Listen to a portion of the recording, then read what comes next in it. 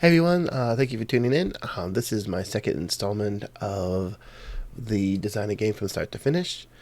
This is basically a thing I do on Twitch every Sunday. I go live, I stream for about 2 hours, and I just talk game design. This project is a game I'm designing online, um, basically based on kind of conspiracy theories and stuff like that. But it tells you kind of how to start a game and how to kind of develop one. Um, Bit by bit.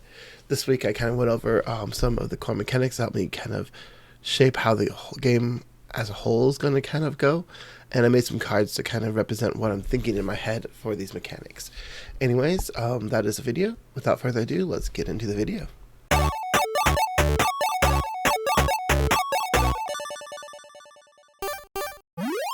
So, quick recap. Lava game is a conspiracy game. Players take charge of a major conspiracy and have to manage it. Keep the secret, all that stuff. Of course, the ones we're thinking about are the Mole People, Lizard People, NASA, Illuminati, and then the other one I was thinking of, we talked a little bit about, is the Gray Aliens. Um, so those might be our five kind of factions you can play. Um, and the idea is that you have to eliminate one of the other conspiracies. Actually, I'm going to be right back. I'm going to go shut my door.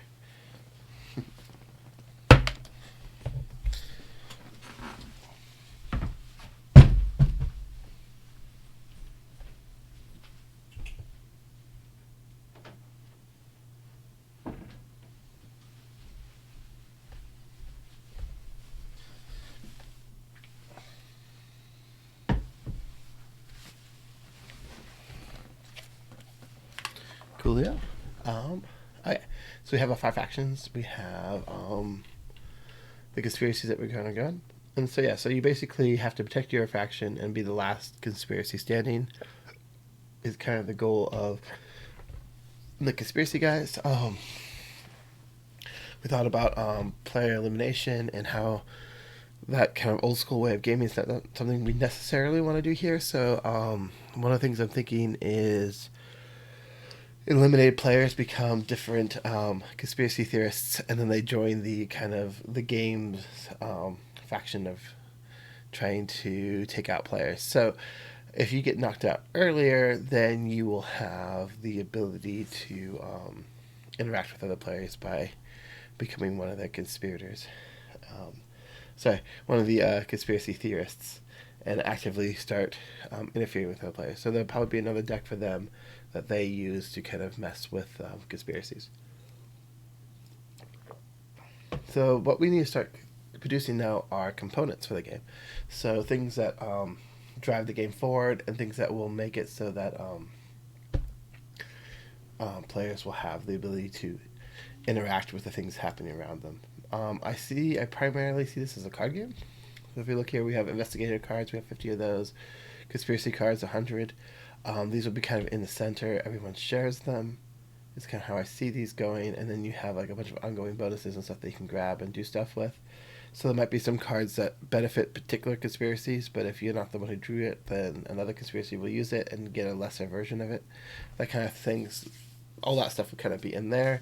There's a couple hindrance cards where you can kind of directly interfere with another player, but the big way you hinder other players is when you are eliminated. Then you become an eliminated player or a conspiracy theorist, and you get to get one of 10 rolls that give you like a special ability that you get to do to kind of mess with other players, and then you get a card deck. And it's kind of interesting where this game becomes completely unco-op at the beginning, and then becomes semi-cooperative as you go through, where a group of you might become conspiracy theorists, and if you can knock out all the other players, you can still win um, by working together. So that means that the conspiracy theorists need a way to win the game, other than being last man standing, because that gives the conspiracies a chance to win and the conspiracy theorists a chance to win. So I think there's probably going to be goal cards, which we didn't talk about here, which will basically dictate the way you win the game as a conspiracy. And I was thinking about this over the week. I think what I was thinking about is we would have uh, a certain amount of gold cards. Let's say 8 of them, and one is drawn at the start of the game to determinate. Did I spell that? There's an extra. Yep, there it is. Determinate how you win. So it's kind of a random way. Each game will be slightly different because it might be a different gold card. Maybe for your first 8 games, you just eliminate gold cards from your box as you go through them, so then you can guarantee that you try all the different goals. But there's probably a fun way to make this a little bit more random, because let's just say we had 8 gold cards and 8 scheme cards. That could be an interesting thing where you have to mix them together. So like a goal and scheme together forms what you need to win. So goal is you win the game if you get X conspiracy, X this, X that, like a certain thing, and the scheme card might be how you get them this game, or a way to modify and get them in a different way. So then, if there's 8 of them, and then you have 8 of the scheme cards, and you mix them up, that adds a lot of different possibilities. 8 might be too many. It might be too hard to come up with a bunch of different goals, but yeah, that's kind of one of the ideas. So let's throw that in there as a possible. That's how you win this game. I think I might be losing some text down here. Oh no, that's exactly what I need. All right, cool. So that is kind of the components. We have the cards. We have some resources. We have worker tokens, agents, assassins, researchers, patrol, military, that kind of thing. We're going to need player boards. If we have 4, I'm going to put 4 or 5 because I'm thinking that there might be 5 players. Kind of going through my games the other day, and just 5-player games are kind of rare. So throwing in a 5th player kind of gives you a little bit more leeway with the groups. I don't know why, but I always find myself with 5 players. And if I have more than 5 players, then it has to be a giant group game. So having 4 to 5, I think, might be kind of cool. Okay. And then we have the alt win cards. Those might actually end up being the scheme cards. So maybe that's the main way to win, and an alternative way to win is up there. Passive active abilities for player cards. So anyway, so that is kind of what we're looking at here. So let's start building some components. Let's see here. Okay, so we have a card size here. And that is file document presets setup here. So I set this up in, let's go with millimeters. With 64 by 89. Let's go ahead and grab a quick Google search here and just say standard Magic card sizes. And this is how I normally just kind of determine I want to make a card. So let's see here. This says 88.9 millimeters. I have 89 millimeters, and then 63.5 millimeters, and that's 64. So it looks like this is rounding up. So you have these page sizes there. Let's go with the thing here where it is the 63 millimeters by, what's this one say? Yeah, most of them look like they're 0.9, so let's go 63.5. 63.5, and this one is 88.9.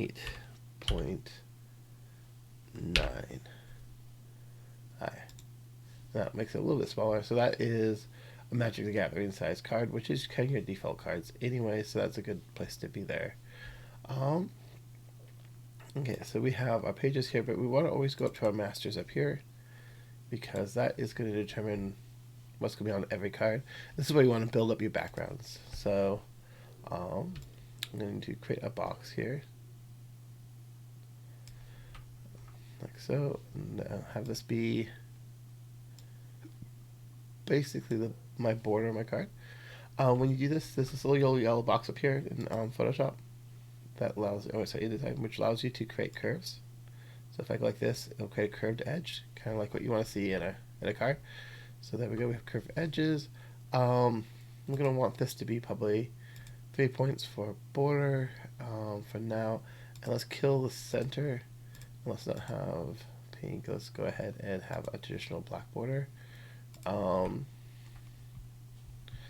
Let's go here, do the little thing, and let's shrink this down to our size because the borders will stick out because it was the center bit that created the outline. That'll be sticking out over here. Now, when you add this to your master, depending on which master you're using on your pages, those will reflect in the pages you have here. So we added a border here. Let's go to page A. It has the border there, and you can't touch it, modify it, or anything. It's just there. There is our card border. Actually, let's go ahead and make this a little bit bigger. There we go. And then shrink back down because the border does that. Boom. And boom. Alright, cool. So there's our card border. Here we want an image. So let's make another box. Let's actually just copy this. So I'm pushing Control C, Control V to copy and paste. And I'm just going to go this because I know this will mimic the thickness of the border. Okay, so if I go like that, I can kind of create what looks like an insert or a very suspicious dude. So yeah, so you can do whatever you want with these color wise. I tend to in prototypes make the backgrounds white because it helps people who want to playtest print out and not spend so much ink printing. This can be smaller like that. Let's go ahead and make that be clear. Alright, so this is where the image is going to go. So let's go like this. Have a box for the image. Just go put that there for now. I'm going to want a box up here for the title of the card. And I'm going to make sure that its inside is white. See now it's kind of cutting into the border a bit. It's kind of a decision there. So like that, like so. Just give me a little bit more top part around it, and then I'm gonna want icons in this game. So let's go like this. And these will be what the type of card is. I want players to be able to look at a glance at the card that just drew and know, okay, this is going to be an upgrade, or this is going to be an event, or this is going to be something that and so you kind of just know what it's going to be. Just throw a small icon in the top left. Now there's a whole study you can do on where to place icons and how to place them. One of the things one of my fellow designers and I talk about a lot because we have different mindsets for a lot of those things. But the top left is probably your most valuable location for an icon. So that's something you want to be because it's gonna be the most visible icon in card games, stuff like that. Your top left is kind of when you fan out your cards. Will be. Let's grab some magic cards here. These are just tokens, so they don't really have that many icons on it. But when you fan out your cards, you'll see kind of the titles up here, and then you'll see that this side of the card is exposed. So yeah, the left side of your card tends to be exposed when you're fanning out your cards. If you fan them out this way, if your player fans them out the other way, then the other side, of course, would be the most exposed. So it's important to kind of choose a side to kind of put all your important game information stuff on. That way when somebody fans out their cards, they can kind of see all the important information right on their cards. And then when they are like on the bottom of the card, or if they're they're down here, or to like in the center, lots of times those get covered up by just the simple fact of fanning your cards.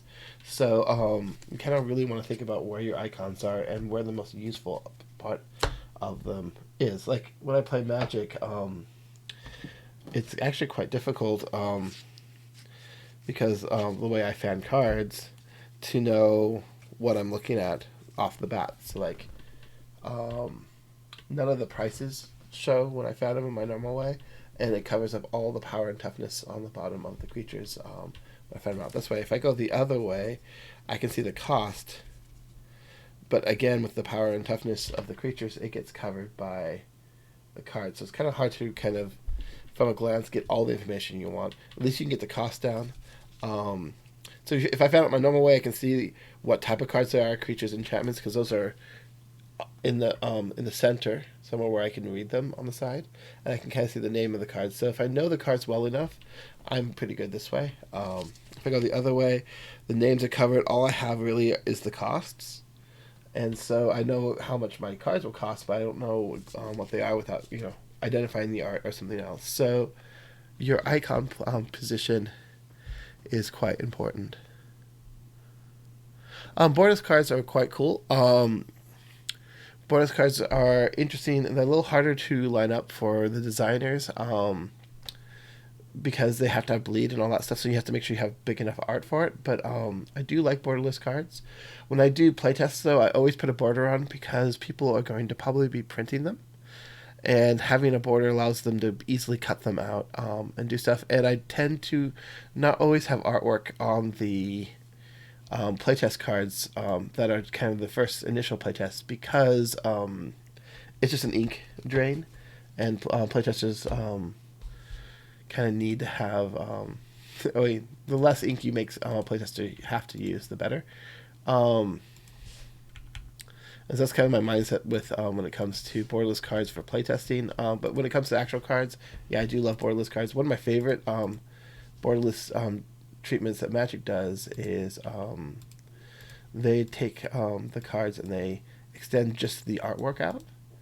And so when you look at the card on its own, let's go here into a page, the artwork goes from one side of the card to the other with no border, and I quite like that. That's kind of one of my favorite treatments. I don't know why. It just for me personally, it looks really cool.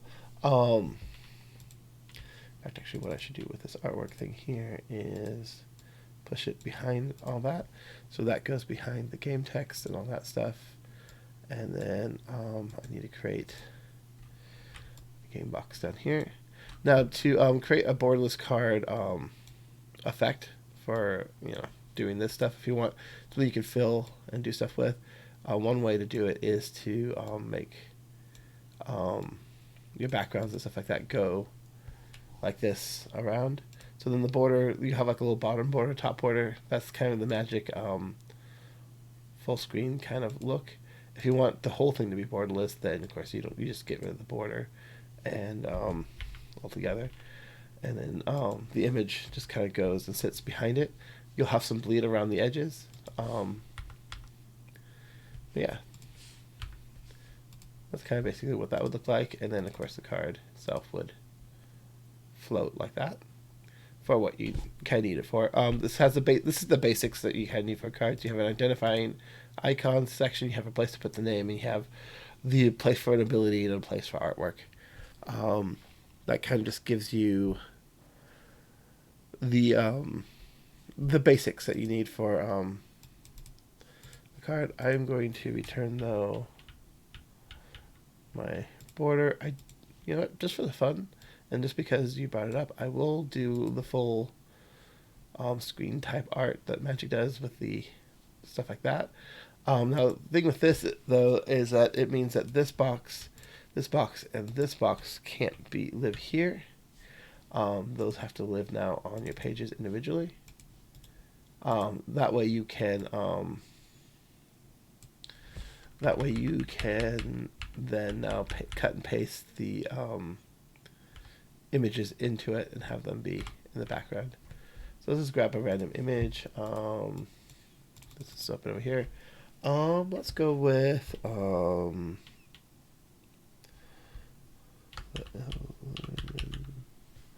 Illuminati type thing. So let's say this dollar image we want. Um, of course, your real game won't be stealing images from the internet. You'll be having your own images, um, and then you'll be able to place them down just fine. Oops. Put it in the icon. There we go. Though that might be a good icon picture. So let's see here. So we have the image now in the thing.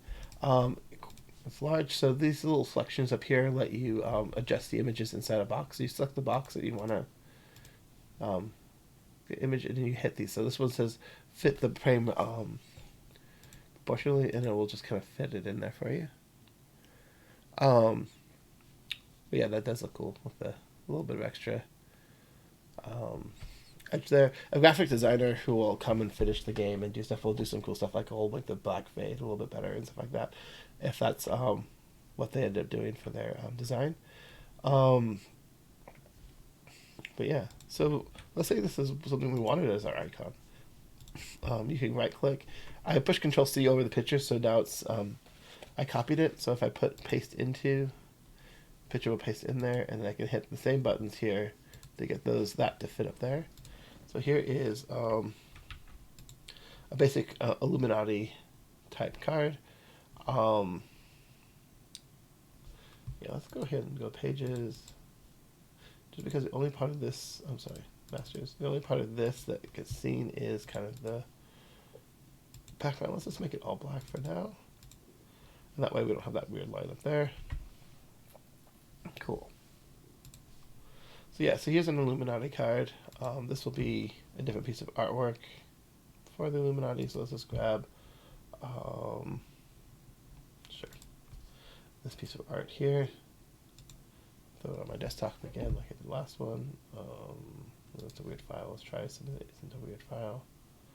A lot of weird things out there on the internet. Okay. Here we go. This is cool. Save image as. Is it? There's a GIF. That's cool. And then let's go here. File. Oops, wrong one.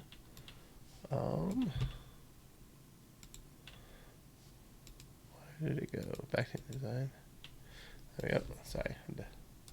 Over. I want to go to File, not Home. File and Place. Place means that you'll put the photo where you're selected. So this one will be the one I just got. Or maybe not. Where did you go? Not seeing it? Oh. Okay, let's see here. Save image as.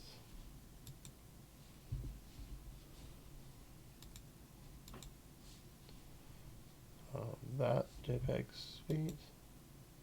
Download. There it is.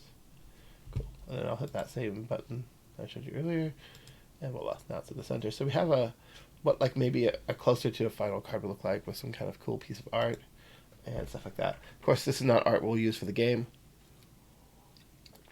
because it is not our art. But it is a neat piece of art that we can throw in there as an example of what a card might look like. One of the things I like to do, like, I like the idea of the pyramid eye there, but of course I don't want to steal somebody else's art, but I can use it to kind of help me design my own art. So I'm going to go here. I'm going to find that dollar picture here in Photoshop. I'm going to open this up. And I'm just going to, where's my layers? Boom. Layers, a new layer. I'm going to grab this pencil pen thing, and I'm going to do a little bit of drawing. Okay. Okay, this line is too skinny and it's green. Let's make it black for now, because I want kind of a cartoony outline to it. What's my thickness? Oh, I'm only at 1. Let's make my thickness be 15. No. 10. Closer. 5 point maybe. Maybe let's try 6 point. Click here. Now if I hold shift, it'll make a straight line for me, which is great when you're doing things like that. It gets me that. line there, and then I want the bottom of the pyramid here as well. So again, straight line by holding shift, and I kind of mirror the three-dimensional shape like so. And can go down like this because it was just in the corner. No, I don't like that. I'm going to click there. That's better. And this one I don't have to do the one. Like so. Okay. So I get roughly the look. And then let's go up here. Let's do some drawing here. Now each line I want to make separate and make sure I let go of the mouse sometimes while I do it. That way I can hit Control Z to undo something if I need to without undoing a lot of the work I just did.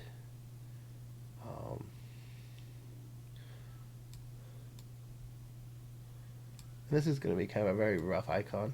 Again, I'm just going to be the game designer, so the graphic designer will come in and probably do this a lot better than I will. But if I can get something that kind of shows what I want, it helps the graphic designer kind of get an idea of what I'm seeing and whether or not it may even inspire them to take it to the next level. Or they might have a better idea altogether and they'll be like, actually, let's try this. And yeah, I've had several situations where I start off with a cool idea that I thought was cool. The graphic designer's like, I like where your head's at, but what if we did this? And then their thing is like, oh my gosh, that's awesome. And so that is, well, that is the process when you work with a team. People will take some of your ideas that you have and just really turn them into things you didn't even realize were possible. One of my favorite graphic kind of redesign was I had this idea from my first game, Doctor Who Time of the Daleks, where I had these locations that had like a stack of cards underneath them, and then when you went to that location, they flipped over, and then they all added like a single challenge to the mission, and then all together they formed a group of symbols that you had to roll on dice. It's a very straightforward kind of dice drafting mechanic in the game, but the graphic designer's like, well, Gallifreyon's all circles, right? What if we, instead of having cards that are in a stack, what if we had circles, and then you put one card on one side and one card on the other side, like another circle, and then they flipped over, and like there'd be holes on the side that look like kind of Gallifreyan headdresses, and they form the thing, and it just looks awesome. Like the finished product is amazing, and it's so thematic because it does look like Gallifreyan headdresses that is like, why wasn't this the idea to begin with type thing. But he just like one little idea. The mechanics were exactly the same. You still do the symbols, you do everything. It didn't change any of the gameplay, but the visuals were just so much better that it was a massive improvement. It took a cool idea that I had and just made it an epic one with the visuals to match the actual gameplay. So that was a really cool change that the graphic designer had that I did not. It's one of those things where I wanted to undo that whole thing because it was too close to the bottom line. I'm drawing with a mouse. I did recently get my graphic designer is using a lot. This is a very basic one. A pen and stylus I want to try. But I'm just not good at it yet, so I'll try that later.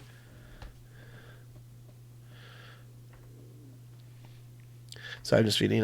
Yeah, Sir Becky. Let's see. Yeah, I agree. It looks awesome. Borders. You should show art. Show art off my. I feel like probably more immersion. I kind of like that. Yeah, that it does. Like the more the art is there, the better. I think. I don't know. Art just really brings you into a game.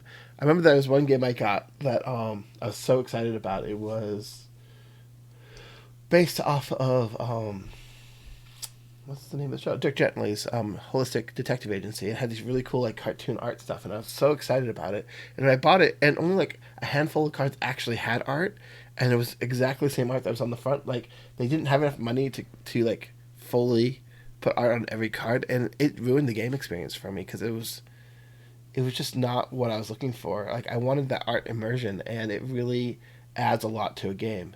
A really good game with no art can just be completely overlooked and disregarded because it's just not good. And yeah, like you say, it focuses more on narrative, which is a huge aspect of games. You want that narrative to be strong, and you want players to kind of be immersed in your worlds, and kind of feel like you know they understand where the card's coming from, even from just a photo. Because you can tell a lot with a photo. Like if I give you a card that somebody's shooting somebody else with a gun, let's say, then you're like, oh, well, that's going to be an aggressive combat card. But if there's someone that's a guy's talking and he has his hands out, you're like, oh, this could be more of a negotiation card. I mean, just from the art, you kind of get an idea what the card's going to be about. Um, like if you look at this card here, there's all these businessmen around the table. This is going to be a card that probably either will get you resources or find you an important thing in your deck. But yeah, yeah, the Dirk Gently thing. I was so excited. It was, I don't know. That's one game license I'd like to get. I have a couple ideas for how to build a holistic board game, um, and yeah, just to go for the Dirk Gently the feel completely. Yeah, well, that kind of gets some of the look. Let's see here without this. So I need to fill in the eye a little bit, I think, to make sure that it comes out as an eye. Um, but yeah, Dirk Gently is such a good IP, and it was such a rush job on it. There's a lot of IPs out there that get a huge amount of rush jobs, or get like people who don't really understand that IP games need a very particular way of going about them because players don't want a game that's just been reskinned with their favorite stuff on it. I mean, we have things like Clue and Monopoly for that, but they do want, or what players do tend to respond to is where's my letters. Um, they do tend to respond to games that let them reenact or that showcase the show that the game is supposed to be about. And I think that's the important thing. You want to capture the spirit of the show that you're doing your game on. You can't just put a supernatural skin on Scrabble and say you can now spell spooky words and expect the fan base to be like, oh, this is the best supernatural game in the world.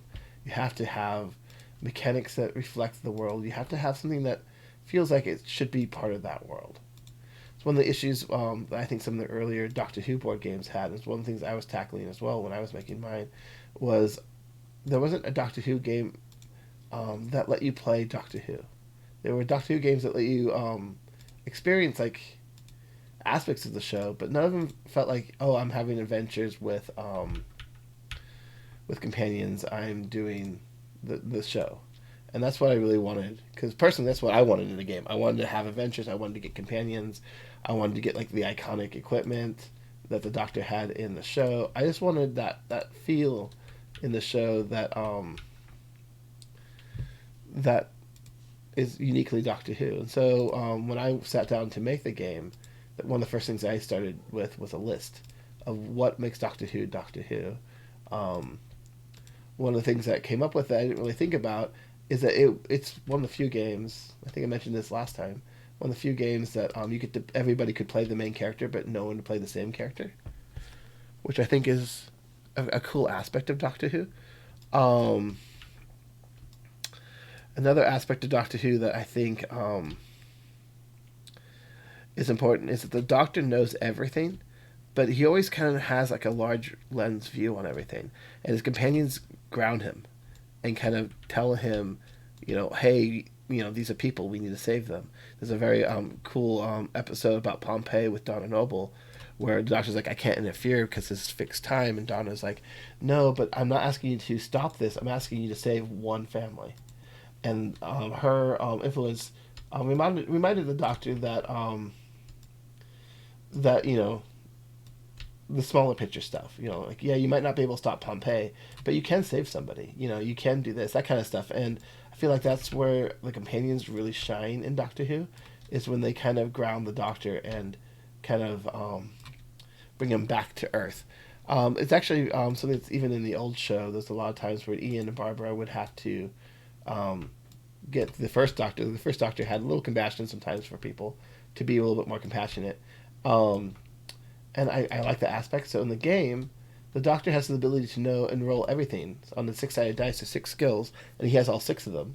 And the companions can take those dice and turn them into colored dice that focus them on problems that they think are important. So they reflect what they did in the TV show and the game. And it might be something small that, I mean, it might be a small thing where most players won't recognize that, but as they play it, they will feel like it's right. Um, yeah, thank you. I do have a lot of passion for the IPs that I do. I haven't yet. I've been blessed to not have to do an IP that I'm not super like. I'm not a fan base of. Um, Aliens was a movie that I loved, and I think after the game I love it even more. But like I didn't have to work on getting the passion for that. I didn't have to go out and buy it because I had it in my collection. Doctor Who is my absolute favorite TV show. Star Trek is another huge show for me. So most of the IP games that I've worked on, I've had a really big a love for basically for pretty much my whole life. So I've been kind of blessed. I never had to kind of fake passion for it. But if I did have an IP that needed to be done that I wasn't that keen on, which I've written a couple of briefs and stuff for, I will completely immerse myself into that because I feel like that's what the fans deserve, is somebody who knows what they're talking about when it comes to their franchises, and will give them the game that they want. Um, and yeah, and the IP for me dictates how the game is going to go. So I don't come up with rules until I understand the IP, and then I use the IP to dictate the rules for me of the game. For like Doctor Who, I realized, well, it's about the adventure. It's about the Doctor and his companions on an adventure together, doing these things. So when sat down to write the rules, I just watched the show and figured out what the challenges would be, what should be in the game, what shouldn't be in the game, and I let the show itself basically dictate that for me. And I think that's an important distinction with a lot of games. Sometimes there are some great franchise games that start off as um, another game, and it converts really well. Case in point, I really like the Betrayal of House on the Hills interpretation of the D&D setting. That was a fun experience. I really like that game, and having that be a different game that got kind of put over the top, it ended up working. Um, and then some that just don't work as different versions. I don't have an example on top of my head, but I have played IP games where you just knew that it was a really cool mechanic that they came up with, and they kind of put the IP on top of it. Actually, the Doctor Who the card game is probably a good one, where it was an interesting game. I just didn't feel like it was Doctor Who when I played it. Um, but like the Doctor Who Dalek Zombie Dice was a fun kind of reimagination of Zombie Dice. Um, but again, it wasn't super Doctor Who for me, so I didn't quite personally like it as much. I liked it as a game on its own, but yeah, it wasn't like, I wouldn't say it's like a definitive Doctor Who game. It was just a good game. Um, and so yeah, so there's a lot of things like that that just kind of play into your themes and stuff like that. Yeah, I think I will probably do some blue stuff around the edge of this just to kind of give it a little more color, because I think when this goes away, yeah, it's a little flat. Um, I was trying to think what else, what other, um,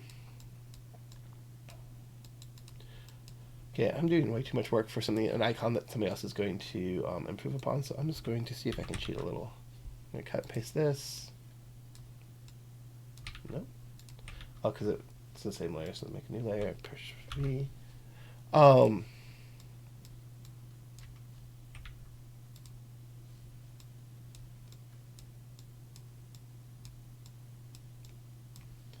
Wait, why? Oh, because you're trying to select both layers. Okay. So I want this layer. Just this layer. Yep. Cool. I want you to go back to where you were. Cool.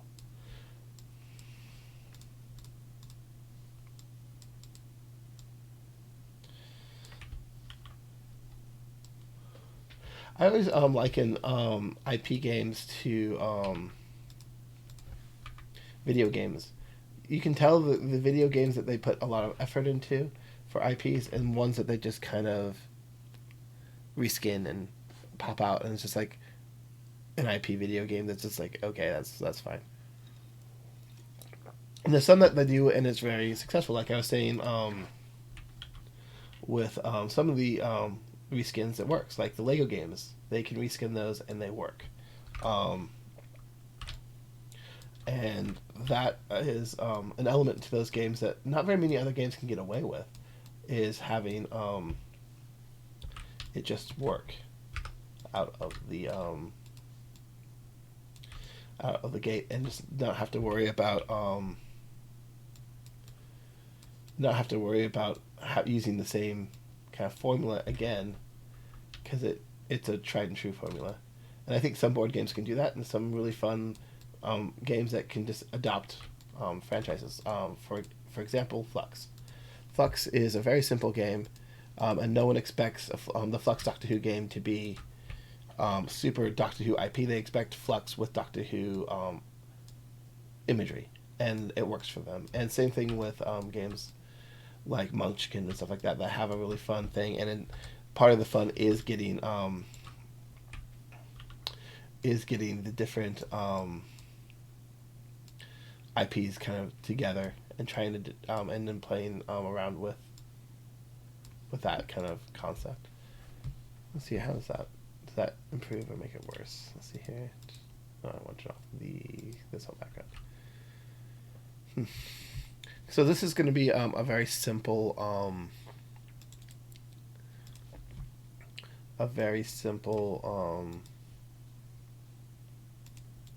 do I want to do this? Custom shape tool, okay. A very simple icon. Not what I was looking for. So I'm not really trying to with this one, I'm not trying to make it super grand or anything like that. So I'm just going to go, okay, this I want it to be huge. Oops. Okay. I'm going to go boom, boom, boom. Okay, so before I get too far with this, because I realized I didn't do this properly, I need to add a new layer. I'm going to throw this layer bottom of everything, except for the main one. So this is hopefully going to become a background layer, and I'm just going to basically kind of color in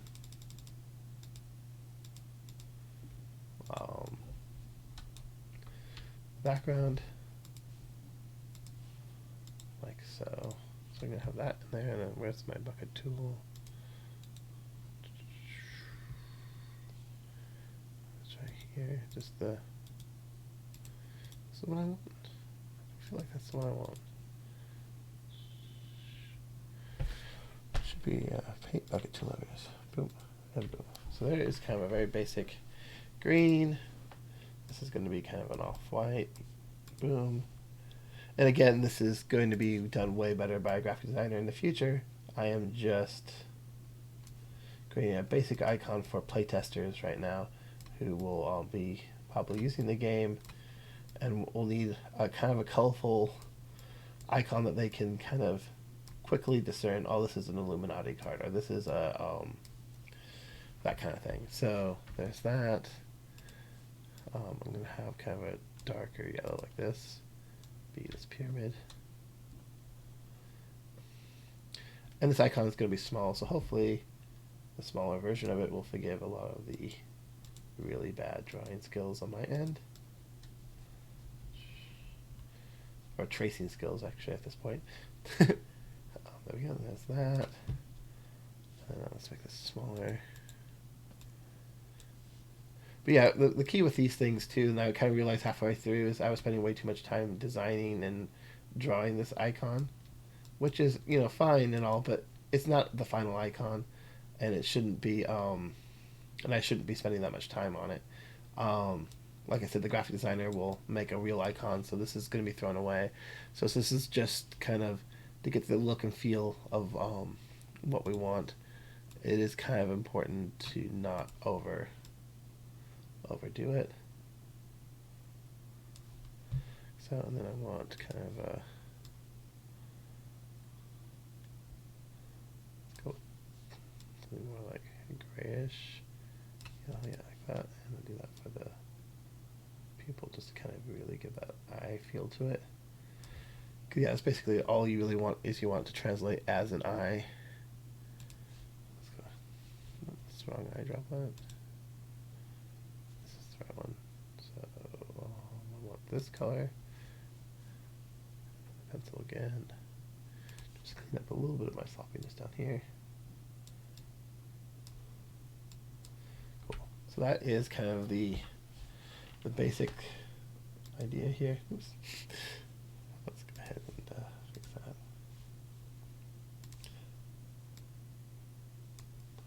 The basic idea, and then let's go ahead and also crop off some of the extra space we have here. Like so, and let's make that go up a little bit. Boom. And file, save as, and of course this will want to go into my game design.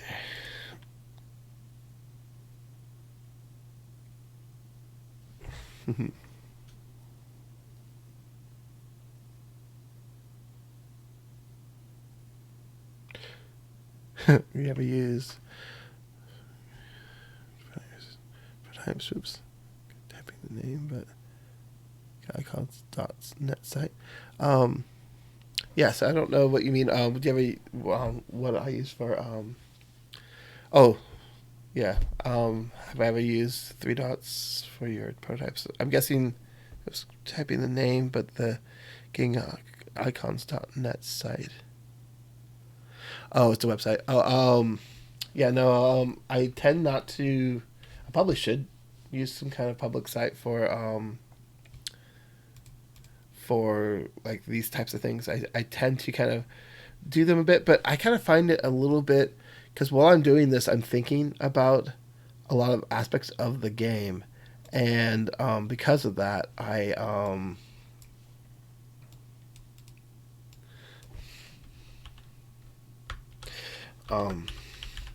because of that, when it comes to the actual game itself, I will have a little bit more thoughts and stuff when I get in there to do like write up rules and cards and stuff like that. So like with this, I've been of course talking and doing other stuff while I was doing this. But I find this kind of process of making these really really bad icons part of the kind of process while I'm thinking about stuff, because I'm basically busying my hands while I'm working on like mental stuff. A lot of game design stuff happens up here. One of the things I found very interesting, my sister and I were talking about how you see things in the world. Like, so I keep on hitting this button. Nope, not that one. This one. Okay. And how you visualize it in your head. So, I am a very visual person. So, like when I think of a game like this, I can see oh, that looks horrible. I can see the game board. I can see how players are interacting with the game. I can see a lot of the game that and how it's going to play before I even start setting things down. So right now, like with this game, I can see the board, I can see stacks of cards, I can see how much table space is going to take up, and I can visualize aspects of the game in my head. And so when I'm doing things like this, I'm kind of just visualizing how I think the cards are going to look, how I think the board's going to look, and all that stuff. And then when I finish it and I go back to the thing, I can add the bits and stuff I thought about and can visualize. But my sister can't do that. My sister, when you say something like an apple, she doesn't see an apple in her head that's like red. She just knows, like her head just knows what an apple is. She doesn't see a picture of it. Like she doesn't visualize things. And so when she goes to sit down and do a project and stuff like that, she kind of lays it all out, and then she can kind of manipulate it that way. And so it's kind of a weird, different ways of thinking about things. But I don't know if I could do what I do without being able to visualize it in my head. I know there are game designers who can, but it's like it's such an integral part of how what I do that I'm not sure it works. It would work for me to not be able to visualize what I do. It's just an interesting way human brains work. So this icon is definitely too busy for its size, I think. Because at 400 I can see what it is, but at 100 it's a bit blurry. So I'll probably have to go back and fix that later. We have this here. We have game text here. So let's kind of go through maybe some of the mechanics here. So this game is going to want to have some icons.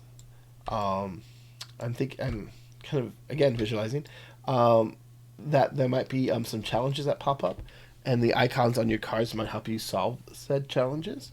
I'm not sure. So like we have the concept that we're going to have people trying to solve conspiracies, and then we have the concept that you can try to stop them.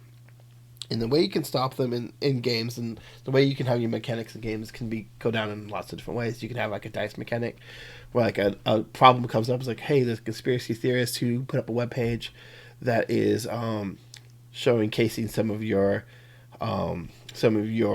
manifestos and stuff like that you thought were hidden amongst your group. You can try to shut them down. And so like a dice version of that would be like, here's a challenge. You need to beat a 15 on a D20, and you get to add whatever stats that you have to that roll, and you roll in and you beat it. With cards like this, you could have icons that go down the centers. Like you need 2 Illuminati icons. You need you could need maybe 1 mole people icon, that kind of thing. You theoretically could have a bunch of different icons that you try to match up and do stuff.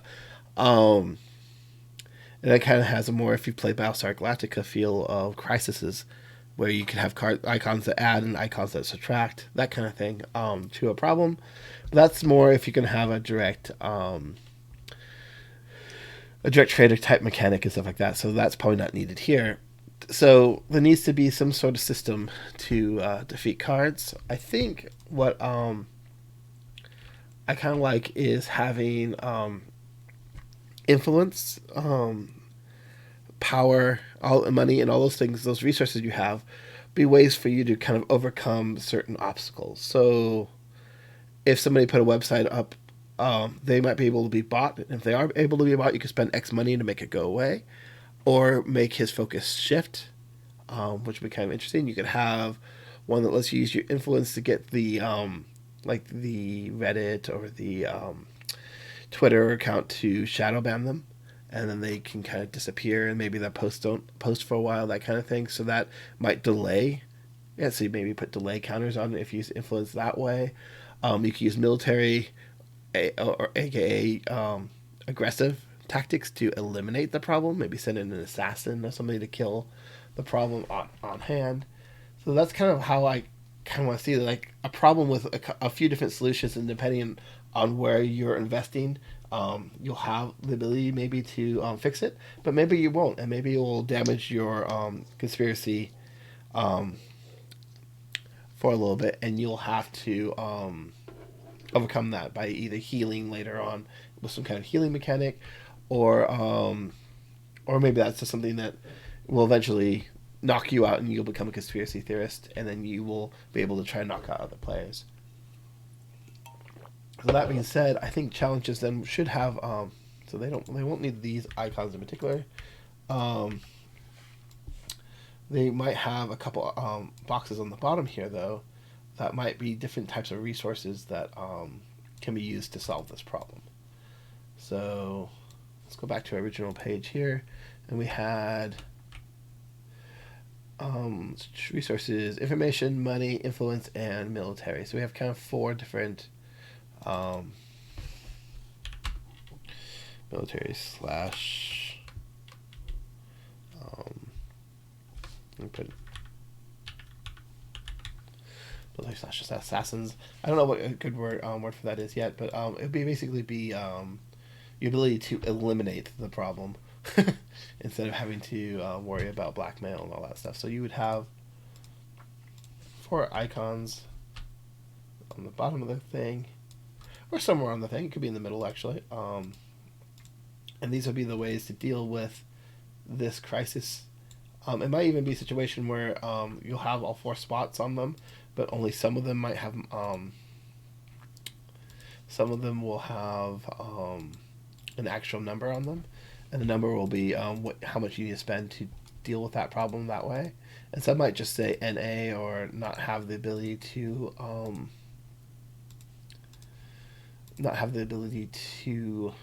deal with them. So I'm putting colors in here now. There'll probably be words and stuff on these once we figure out what each thing is, and there might even be a special shape or something for them that aren't just squares. One thing to think about when you're making games like this, if you make it completely color coded, then it might be difficult for people who are color blind to be able to follow the game. So if you change them into shapes so that each one has a different shape, but you can still color code it for the people who can see color, then that means that your game will be just a little bit more inclusive for those who can't see the colors, or the colors kind of run together. There'll be a different shape or something for them to look at. And so, like in this particular situation, since these are going to be resources, I might even make the resources A, these colors, and B, these shapes. So then they become immediately recognizable for what they are. So we can have one be a square, and then let's see here, what options do I have? Polygon. Make the purple one be polygon. For now, I want this one to be purple, and give it black. So that and then people who are colorblind, the shapes are just going to be another way for them to instantly recognize, oh, this is this resource, this is this resource, that kind of thing. So it's kind of a win-win when it comes to lots of times when you are inclusive in games and add these elements, it actually ends up helping other people. Being something with ADD myself, I know that more ADD friendly you make like a workplace, the more just work friendly you make it, because people without ADD benefit from it as well. So it's one of those things where the more inclusive you are, you actually the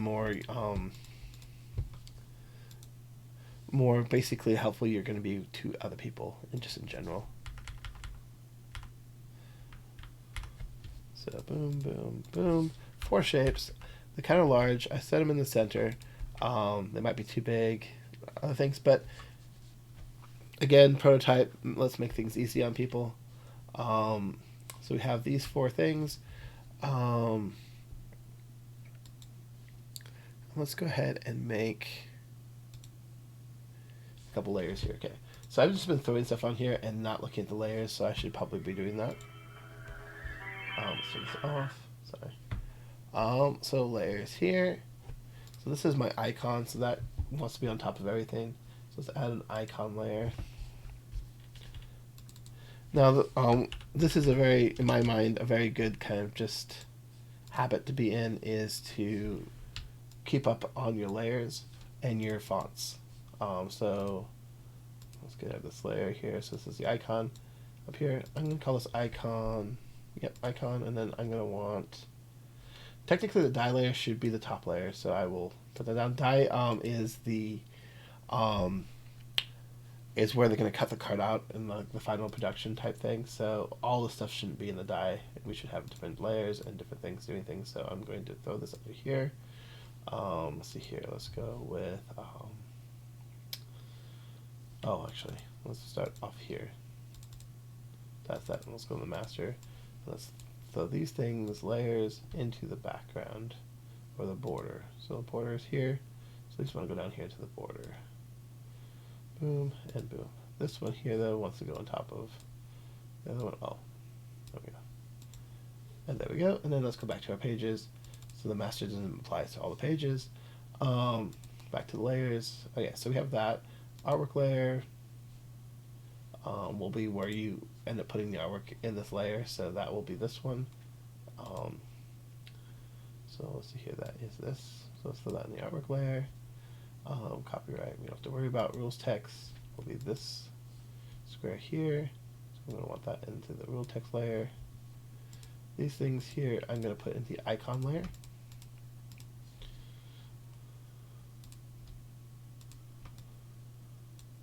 Like so. And this here will be in rules text as well. So that rectangle goes down here to rule text. Boom. So now we have all our layers. One of the things that's really good about having layers is it allows you to kind of mess around and work with them. So like if I want these icons not to be on a card, I can just, oh yeah, that is an icon. I can go down here and I can shut off individual icons and just not have them on there. And then when they do appear, I can have them like that. It's just very helpful. And when you go to different pages, duplicate this page, so we have a second card here. Layers should stick to the pages they're on. So let's say that one only has those two. Then when I go down here, it has all four. So then I can have like, okay, this one uses these two resources. This one can be any of the four resources, that kind of thing. So this is right now looking like our problematic cards. The ones that will add issues for you to solve. So now down here we have a little game text area. So before we go too far, I'm going to get rid of this card. The first card in most of my stuff is what I call my blueprint card. So this number one, when you see all my cards, number one will not be a card that's in the game. It will just have the most things that it could possibly have activated on it, so I could see what a fully fleshed out card would be, and I would also see where everything lays out. And then when I copy this to make a new card, it will have everything, and I can just turn off the layers that I don't need.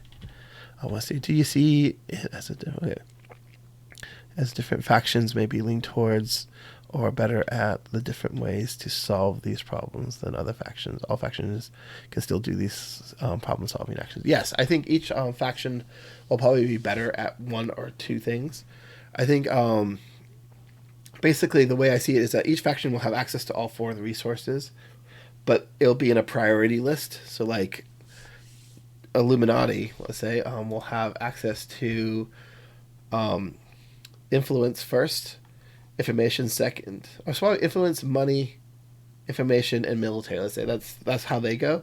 And so they might have like the first two, they might generate each round by themselves. So money and influence, they might just gain one of each of those.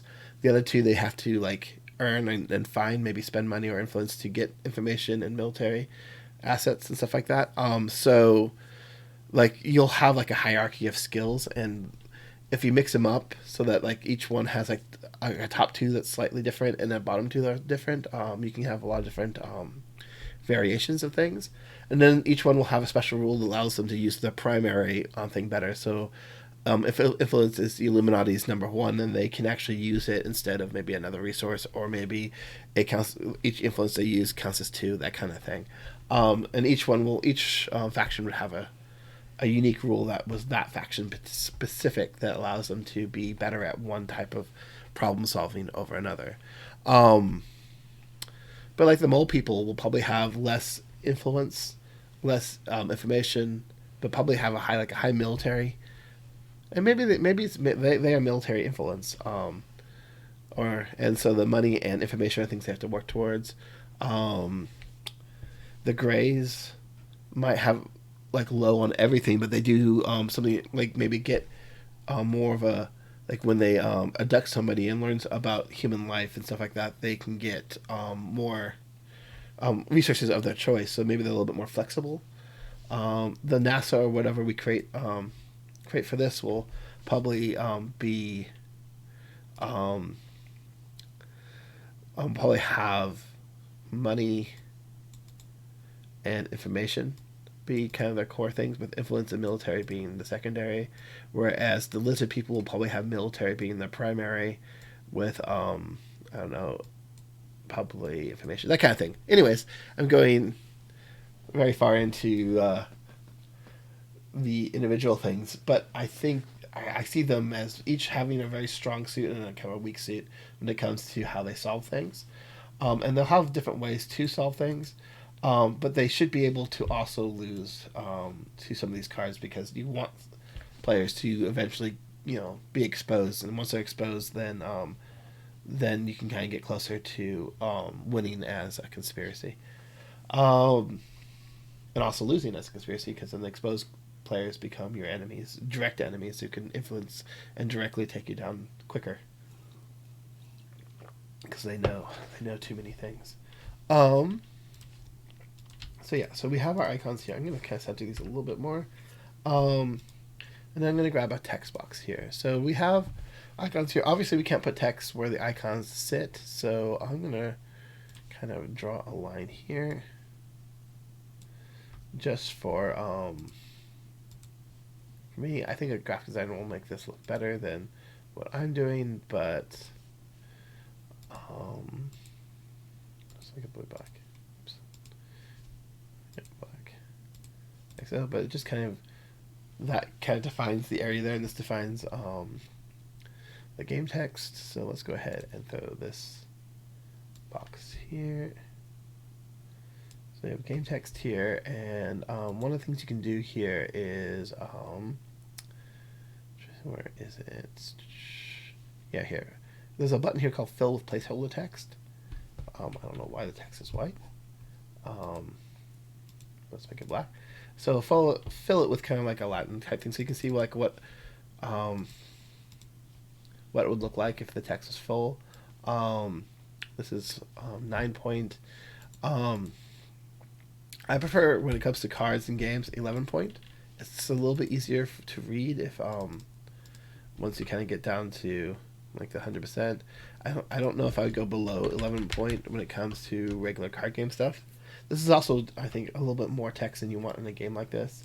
So, so I might even limit it to only going to about here. Maybe even there.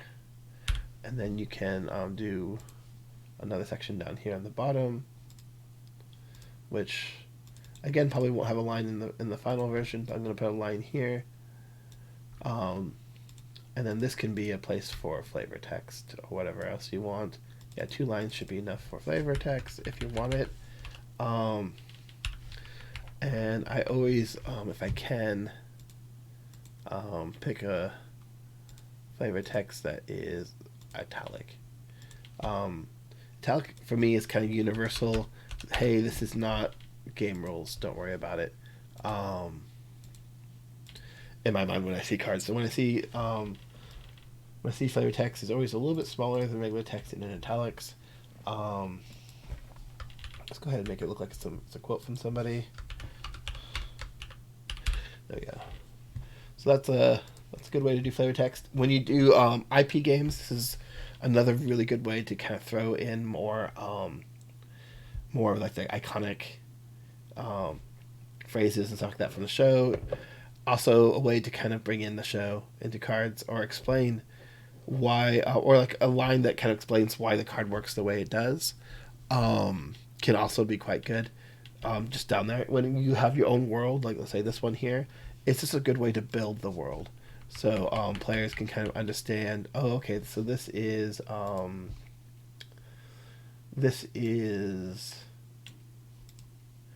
about, the Illuminati, and then this would be like the meeting went well, blah blah blah, that kind of thing, or whatever it is in the bottom here. It will attach the image above, and it'll kind of just do some world building, which brings in that kind of more narrative play, which is, I think, super important to this type of game. So let's go ahead and make that line a little bit more like that. Move this stuff up. Now, this is what a full card kind of look like. Let's make sure we have a card title. Boom. Let's go like this and like this, and let's pick a font here. Telling you make Star Trek games without telling me that you make Star Trek games. So there we go.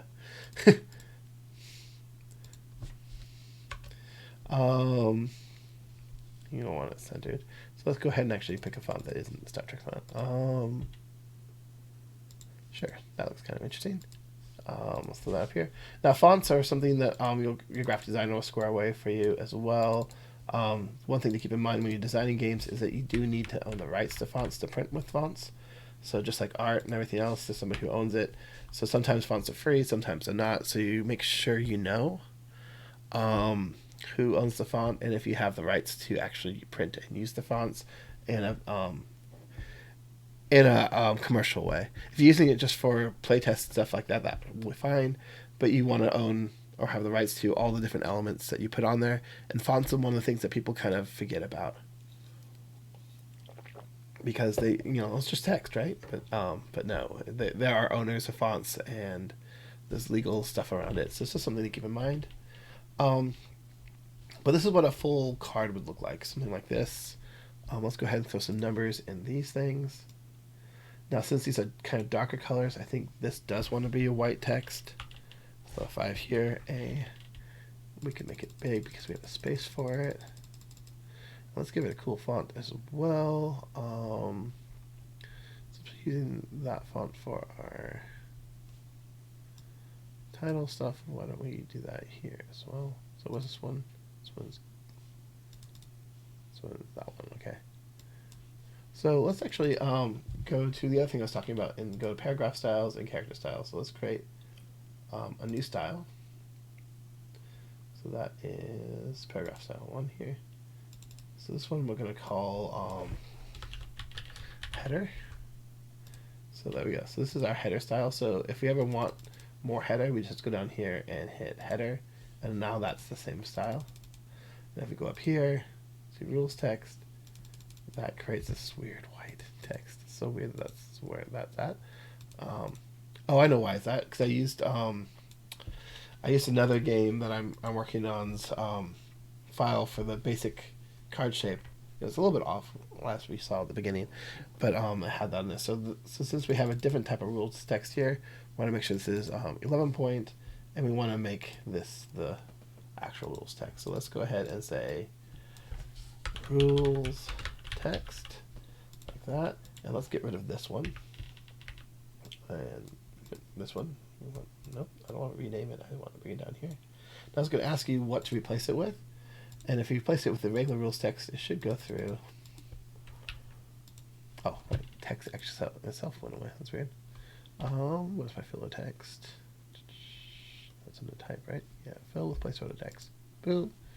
And now this is my. Why is this white now?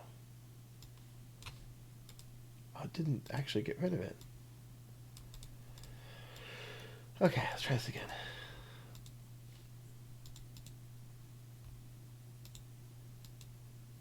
There we go. So this is my rules text here. Minion Pro, 11 point. Perfect. Minion Pro is kind of the basic text I tend to do things in. So if I hit header here, I'll get the right font here. Let's go ahead and make this big again. Oops. Let's make it white so that it shows up better on the actual thing here. And let's open this up so that this can be even bigger. There we go. So this is probably bigger than it needs to be, but these types of things I can't always weigh on the side of caution of like how big you want these things. Because the bigger they are, the easier they are to see. And since these are going to be kind of what you use to kind of beat a challenge, there you go. So this is kind of that. We have to figure out what the economy is probably going to be. So let's say 6 is the highest you can go, and 3 is probably the lowest, or maybe 1 is probably the lowest amount of resources a challenge might cost. That means that players probably will have somewhere between 1 to 10 of each resource. Maybe that's the cap. Maybe you can't have more than 10 of each resource. That way, we don't have to worry about having 12s or 13s in here for people who stockpile. It also limits how many tokens we have to make in the game, because then we can kind of see that. But the other thing that could be interesting too is your level of resources on your player board might determine how many you get. So if you're the highest in information, then maybe you can have up to 10 information, but if information is your bottommost one, maybe you can only have 4 information at a time. So information is not something you can solve easily. Now this right here kind of does interfere a little bit with the game text and all that stuff, but I think that is fine. You could theoretically have smaller icons on the left side here and have it go straight down or anywhere, but this is perfect for playtesting. It's nice and big. Players will see where it's at, and then the game designer, or the graphic designer, will be able to take this and to the next level and make it work. So let's go for that in the center there. I like the idea that in this particular game, the game text should be kind of simple. And this will probably just dictate. Actually, these things probably be 2 things. They'll probably be like a success and then a fail aspect to it. So maybe it's 4 lines. Each of those can have 2 lines each. So here, type. Fill with placeholder text, and then up here, type, fill with placeholder text. That's not what you did. Type. Interesting. Now let's do this then. Since it doesn't want to do it. Is this? There we go. There we go. So there you have that. And then if these are your beginning things, maybe these want to be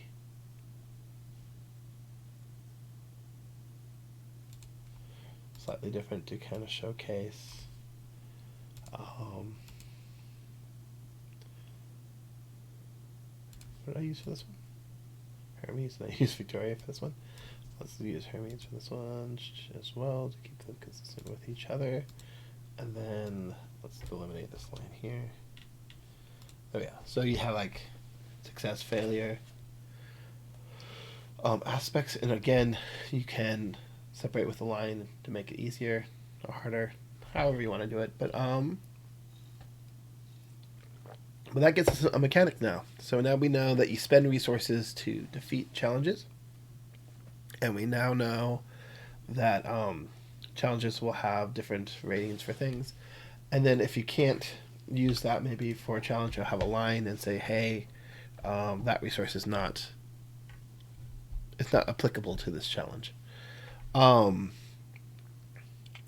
then, yeah, and then you have a success fail thing. So if you quash it, this happens. If you don't, that happens. So that's kind of cool. And maybe you have to flip one of these during each of your turns. And so your turn can be about solving this card. And if you already have the resource to solve it, maybe you focus your turn on something else.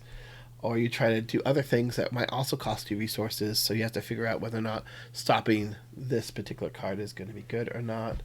So, yeah, let's say leaders name exposed.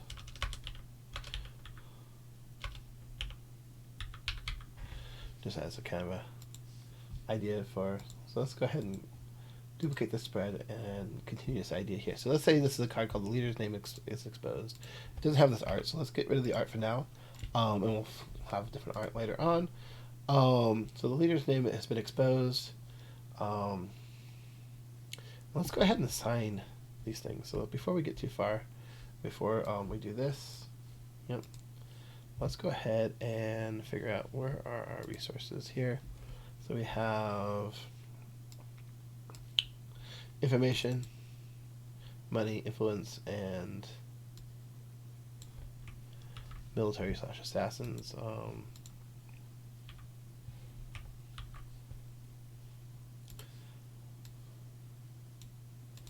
This is called just military for now. But that's kind of the idea. You send somebody out to kill somebody or do something, so it's your force. Ability. So we have those. Let's go ahead and make them white text, because they're going to be on these things. Let's make them small. Now this is where you can go small because these are just a reminder of what these are. So let's see here, 8 point, be too big. 7 point. So this is where we're getting kind of to the, I don't know if I'd go any smaller than that type stuff.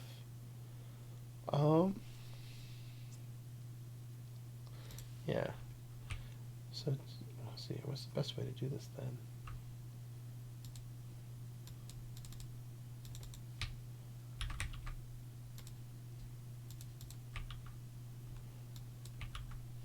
So I have like information right here. So here is information. So let's say, what layer are we playing around here? This is not artwork layer. This will be rules text layer. So information should be up here. And this, and these guys should be icon layer. Right. Okay. Actually, this is pub icon. So let's go ahead and put that up there. So information is huge as a word, so we'll shorten it to info. And yeah, that's just too small of text. Let's see here, 9 point info, like so. And let's say blue is information, so I'm just going to set that kind of in the corner like that. Good, not at all. If I do this, info, and then we have military, this is called force, just a generic force. I think that is not that much shorter, but it is a short term, and it's kind of what I mean by military. So let's grab force, and again, let's throw it over here. Now these might need a box or something to go into. I'll figure that out in a second because like it is kind of going over the image a little bit. So you know that works for 3 of the 4 stats. Of course, we know the green one's probably gonna be money because that just makes sense. That the green one is money. So let's see here. Here we go. Money. Money. Money. Money. So I'm just gonna do.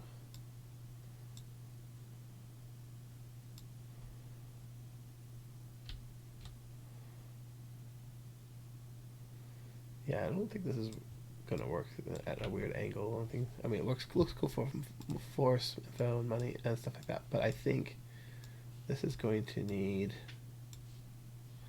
a little bit more than just that. So I think what I'm going to need to do is this. I'm going to create a box. So let's see here. I want a box about this big. I want it to have black on the inside. Probably.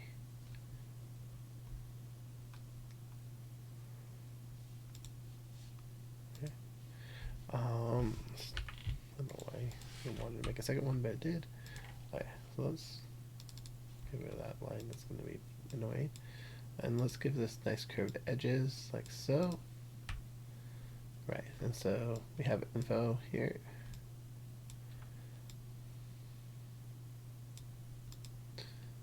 And let's see how big does this need to be for info. So info's there. Money. Again, needs to be on top. So money would fit in there. What's the influence? I think is the longest word that we have. Yeah,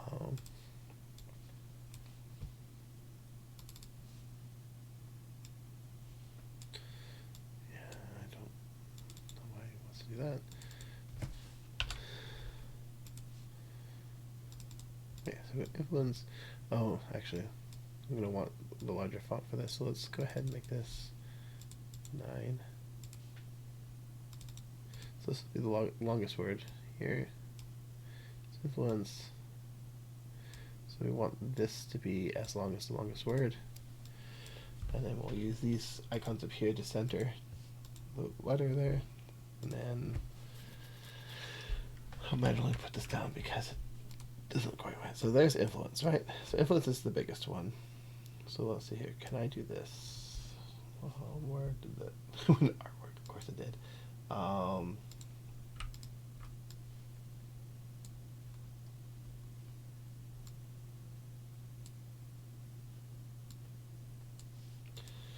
we have that influence. Let's give this a white border. Let's give it a purple or dark blue border. Make it match the icon above it. No, let's just make this be black text. And let's just make this simple because the graphic designer will make this look better, and then probably won't use this this version of this anyways. They'll probably have a better way of doing all of this. So influence like so.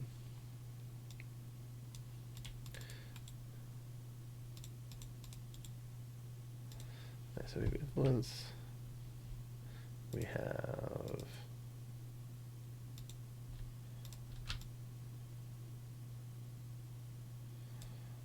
influence will go there, that one will go there, that one will go there, and this one will go here. Like so.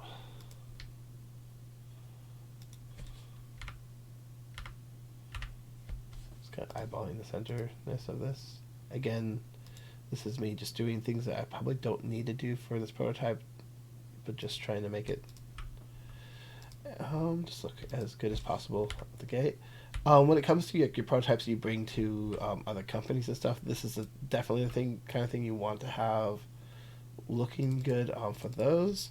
But for your playtesters, they're gonna have suggestions and stuff like that down the line, things to make them make the game look better. But you don't really need to go that far at this stage. Because you can get bogged down, like right now. I'm getting bogged down by just putting all the stuff on the card now, which doesn't necessarily need to be put where I'm putting it. I grabbed the wrong money. Where did it go? Oh, it's because it's white. I need to make it black text. There we go. So money, influence. This is, I'm using influence.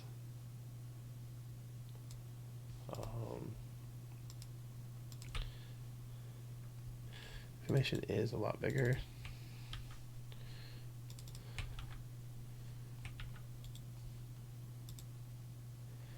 Yeah, it is a lot bigger. So let's see, 8, 9, 10, 11. Oh my gosh, seriously.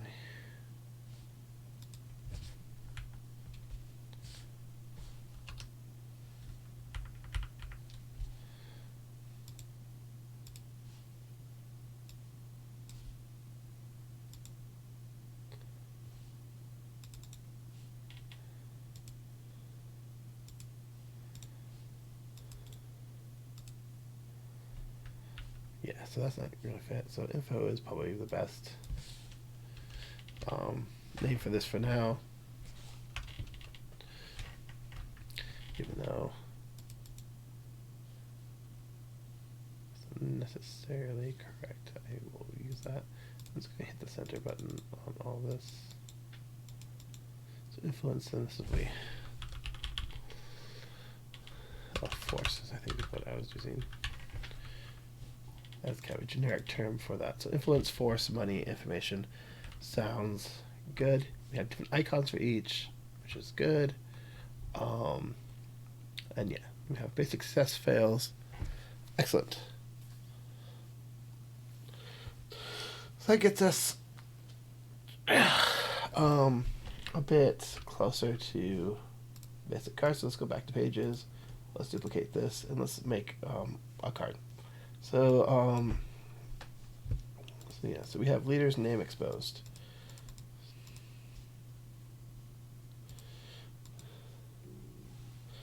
So oops, just wanted to eliminate the photo.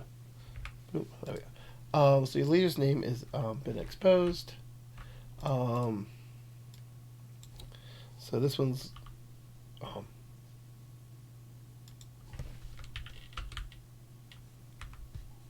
yeah, it's not the leader, it's a leader, and probably the group. Forest probably wouldn't do much because it's now this is on the internet and people doing stuff. So this one sounds like it's a let's see here. Let's make this a high info, low influence, and medium money. So you can, let's say,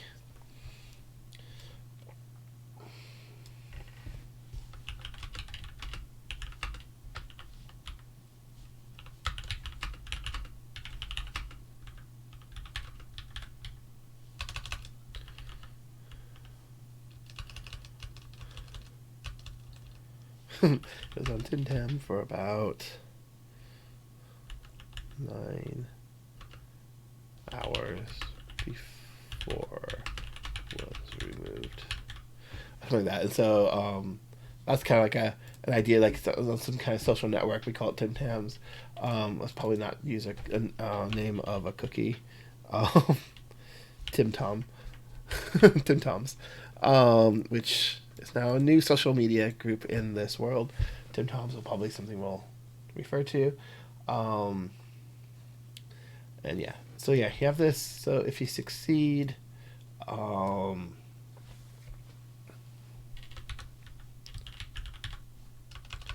exchange work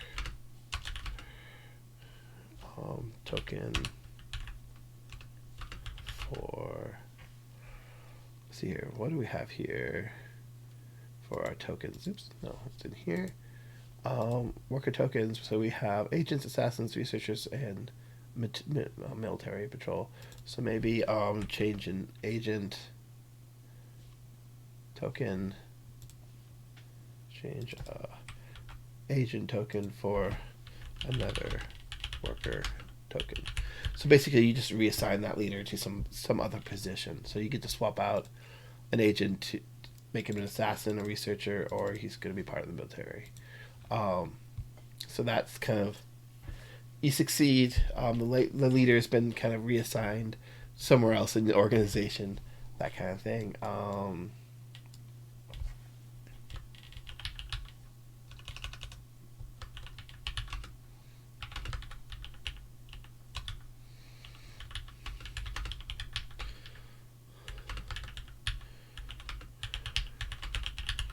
yeah, so this one gives you amount of exposure, and then loses you an agent worker. So now that leader is now completely out of the organization, and your exposure level is higher.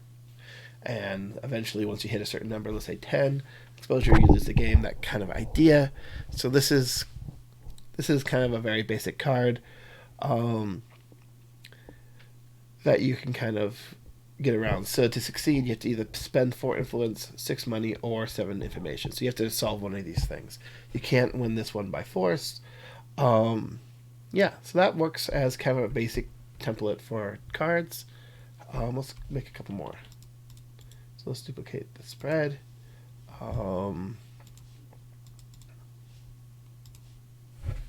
Let's go ahead and get rid of whatever that was. Not this. Delete this image. Again, I don't want to use other people's artwork, so I will probably just get rid of that image from the file altogether. That's just to give you an idea of what the border list thing will look like. There's a little line here. Let's get rid of that because I ended up just putting it on the top there. So that means this card will have it. Let's eliminate that. Let's just eliminate this card before I start working on it. Yep, and then duplicate this so that it is there. Cool. So that's leader's name exposed. Let's say this one will be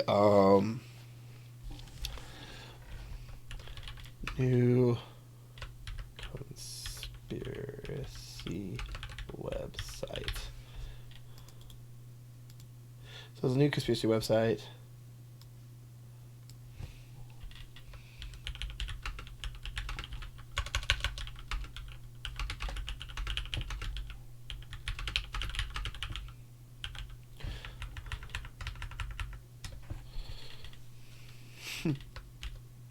Let's go throw random things in there. Okay, so you have to deal with a website. Influence might work. Force actually might work here. So let's say you can spend a lot of force to go and just eliminate the runners of the website. You can spend a good amount of money to bribe them out of it. But let's say no amount of info will change that website. Actually, let's say no amount of influence does.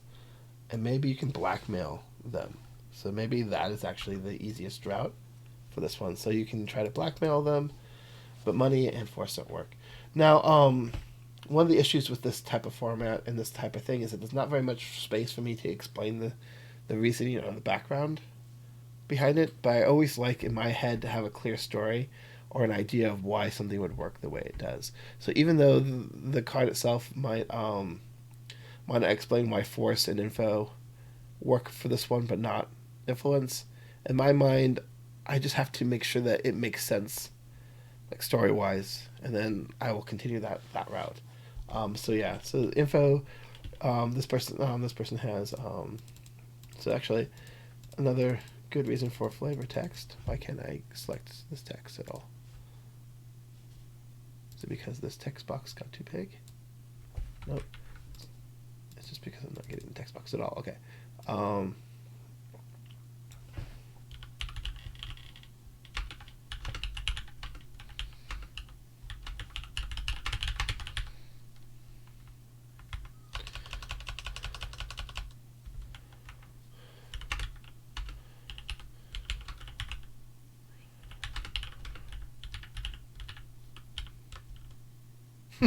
Okay, so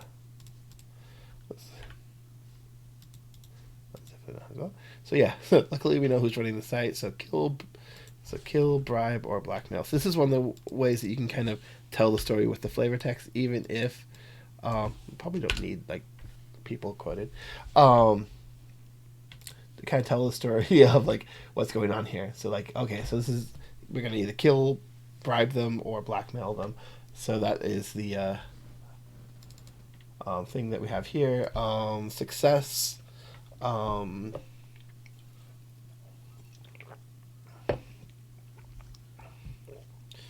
see. Draw.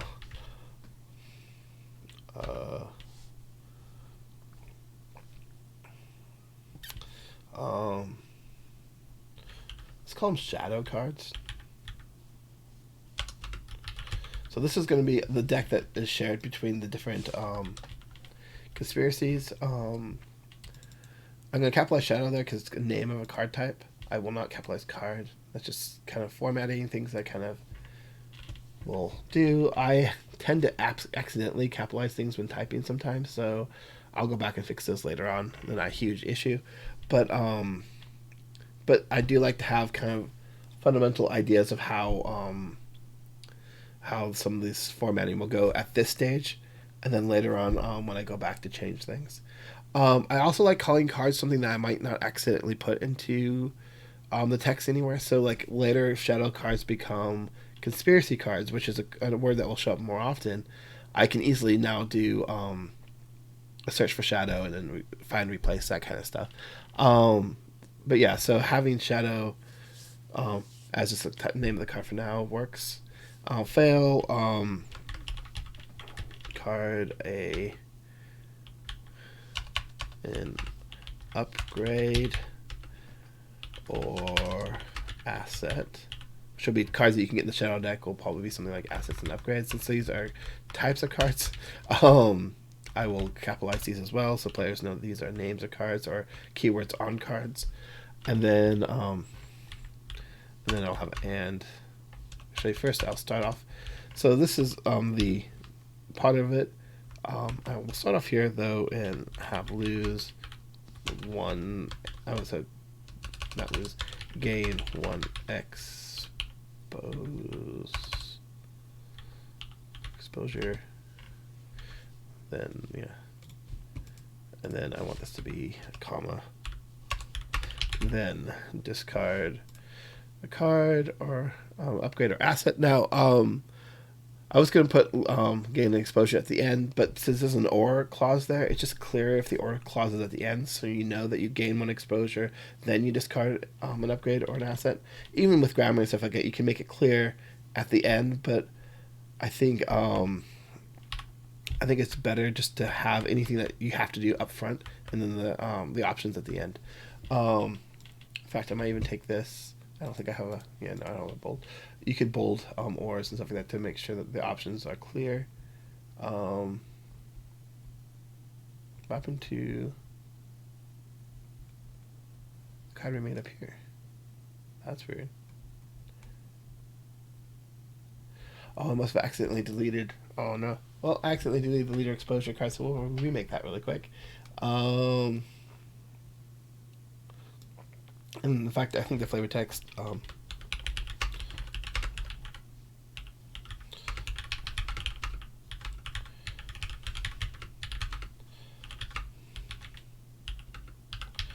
There we go. So it looks like Marcus needs to be reassigned and the leak fixed.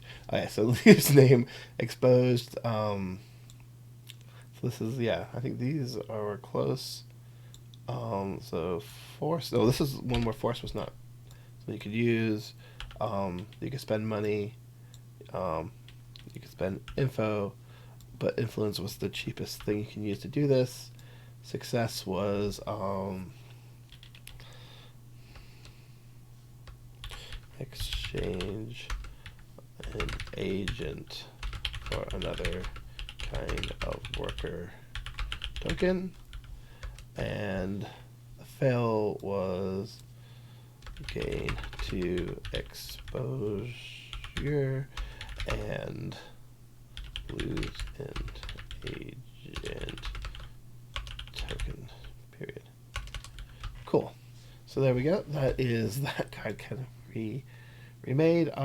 So yeah, the easiest one is influence, money, and info are. You can go that route, but that's a little bit more difficult. So again, the flavor text that I added here tells the story of what's going on in a couple lines. This can be quite difficult to do. I think I am going to get rid of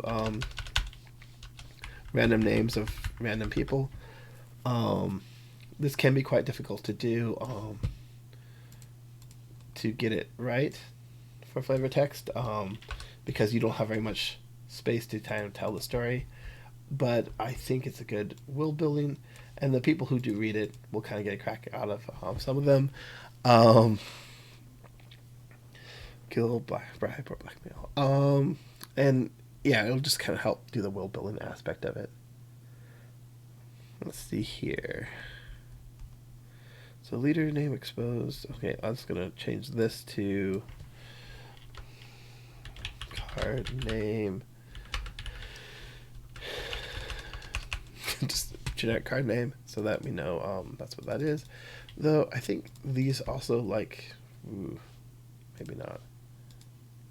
I don't know. Let's stick card name there. Leader's name exposed. New conspiracy website. Yeah, and let's duplicate spread. Let's make another one here. This one will be so we've had card name. So we've had. Oh, okay, so it's adding it underneath it and not to the bottom. Interesting. I don't know if that's an update or something. I'm just not clicking differently. I'll look at that. So we have influence not B1. We had force not B1. So let's have this one actually be money isn't one that you can do.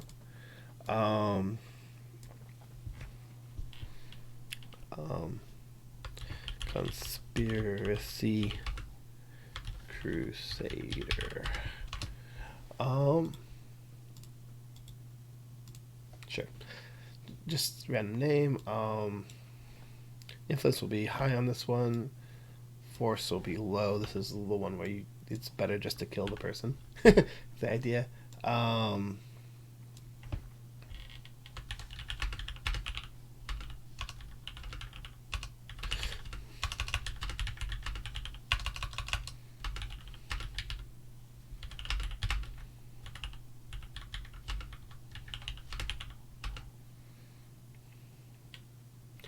What's a good word? For or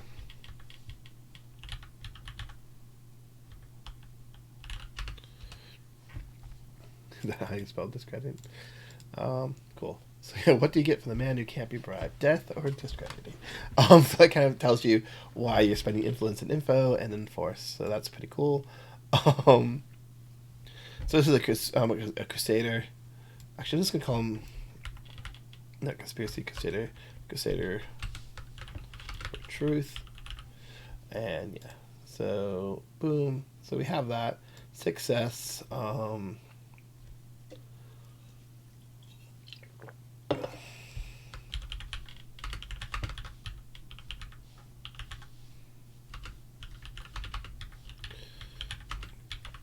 Yeah, and then of course I'm gonna come shadow, like I said earlier. So this one actually heals you for passing. So maybe this is a 5, and this is also a 7. So it's a little difficult to pass compared to some of the other ones, but it gives you um, a bit of health back. Fail. Gain 3 expose. So this one's a little bit more harsh on this end, but it's a very simple card. This guy, all he cares about is the truth, so he just wants to expose you no matter what. And yeah, so let's make one more card that is not info based. So duplicate this card. So info is this. This one is going to be money is everything. Force will be the hardest. Influence I will make 5. Like so.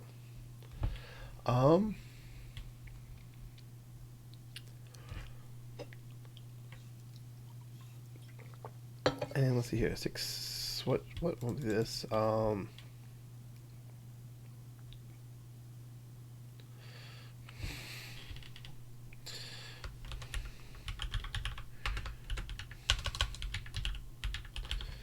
so now we're being blackmailed.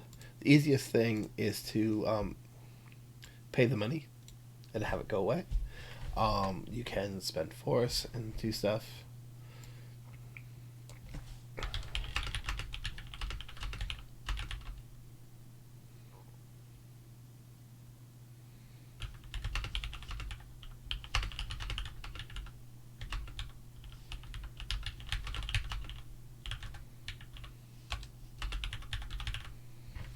Cool.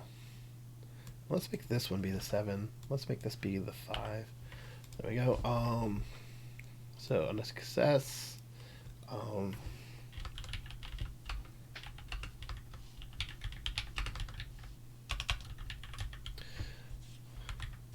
on a fail,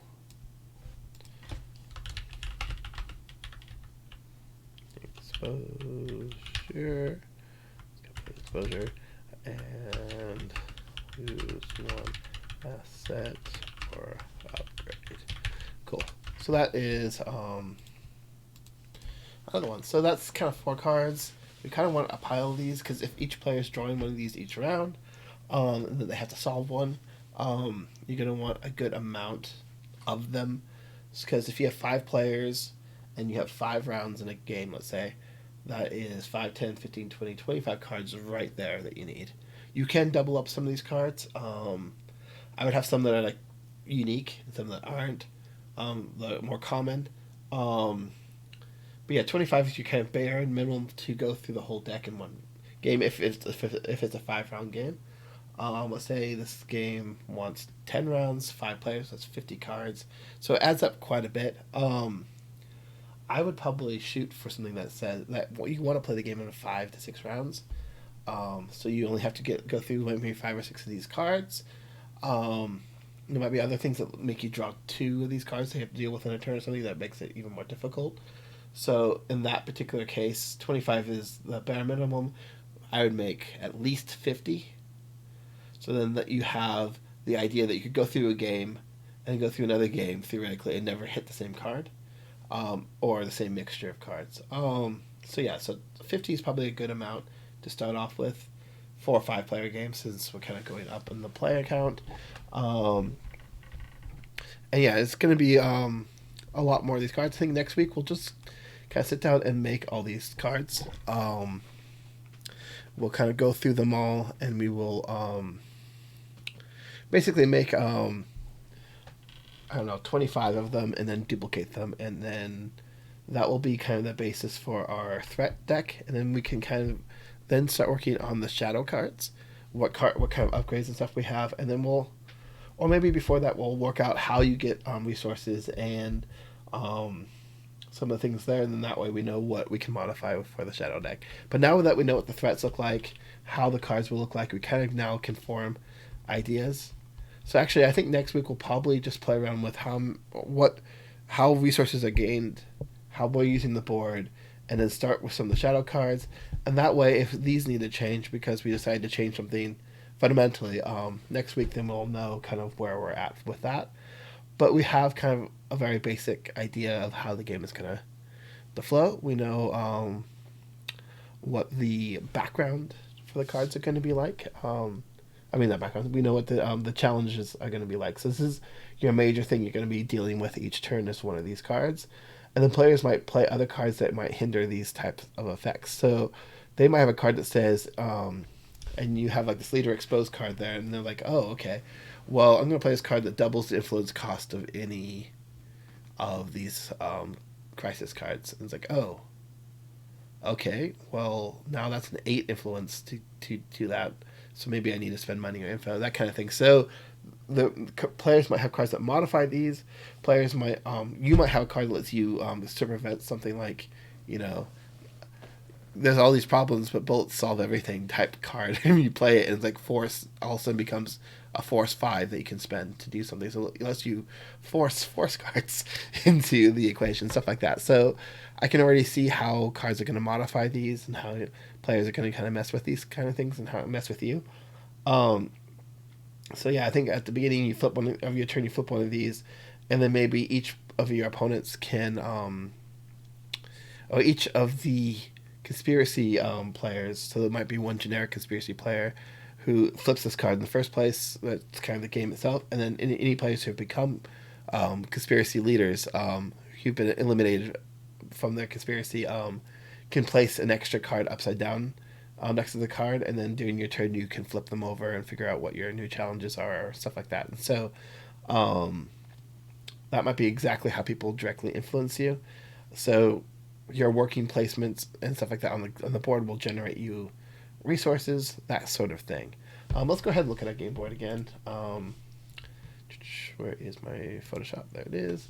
The game board is right here. This is the generic game board. We have the world. So we're going to need spots to put things that will do different stuff. So that will probably be something we'll work on next week, is putting zones in the world. This is, of course, a very small map when it comes to like actual size.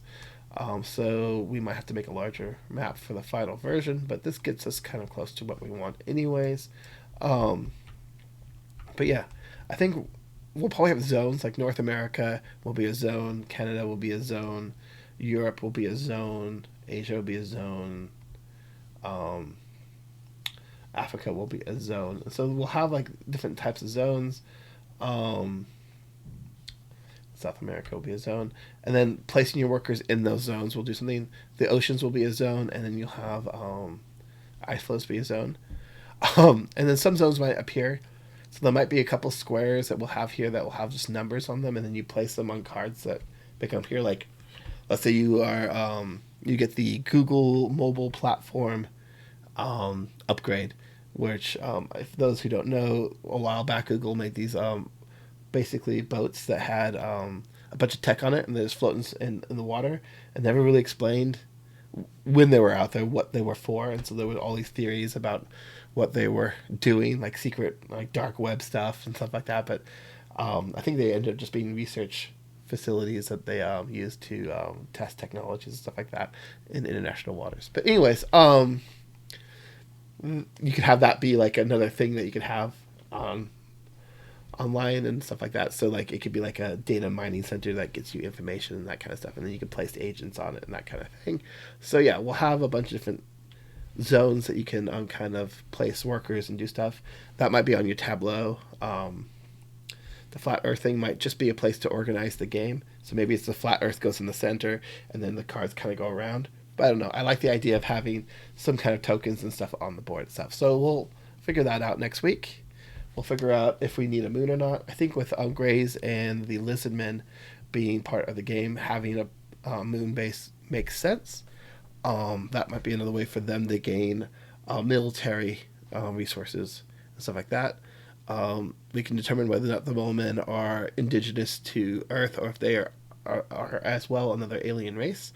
Um, Greystone might actually have a base of operations on the moon, on the dark side of the moon, I should say. So this will be the dark side of the moon.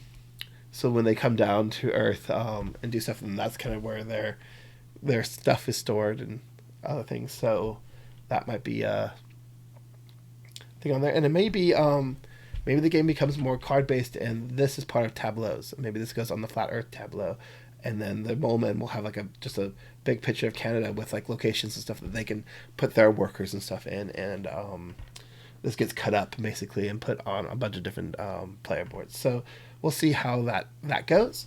But that will be next week's discussion and discovery. And that's one of the things with board games and stuff like that as we work on them is you'll find that a lot of the stuff is fluid until you kind of nail it in. So, like, I didn't know until I started working on the cards and started thinking about icons and stuff like that, what the challenge cards were going to look like and how they were going to affect the game. And now that I know how they affect the game, I can nail those kind of in. And now I know we need resources. And so this is about spending resources to get rid of problems. That's kind of the idea of those cards. And one of the kind of overarching ideas of the game is that we want... because conspiracy theories are fun. They're fun to look at. They're fun to kind of digest. But when you really sit down and think about like the amount of resources and stuff it would take to maintain those conspiracies and stuff like that, that's when the actual conspiracy itself falls apart. Like the flat Earth conspiracy. You'd have to have NASA, every government that has any kind of space program, in on it, and they would have to work overtime to make sure that no one else realizes the Earth is flat. But what benefit is there from that? Like, what kind of money are you going to be making out of that? Like, is everything going to be, globe sales? Like, I don't think that globe sales justifies the flat Earth conspiracy. Like, what's the point of actually lying about that, and what kind of benefits would you get from that? And those are the kind of things you have to think about with here. Like, now I'm spending so much money, military resources, and I have to generate them in all these other random ways. Why are we spending resources to keep this a secret? That kind of thing. So, like, in your mind, be like, you can kind of see. Well, the game itself will give you a visual like, this doesn't make sense because there's absolutely no reason for it to make sense. I mean, for this to actually be profitable. Things like Illuminati and stuff like that, in my mind, make a little bit more sense because I could see a profit of having like a cabal of businessmen who want to stay rich, and so they use the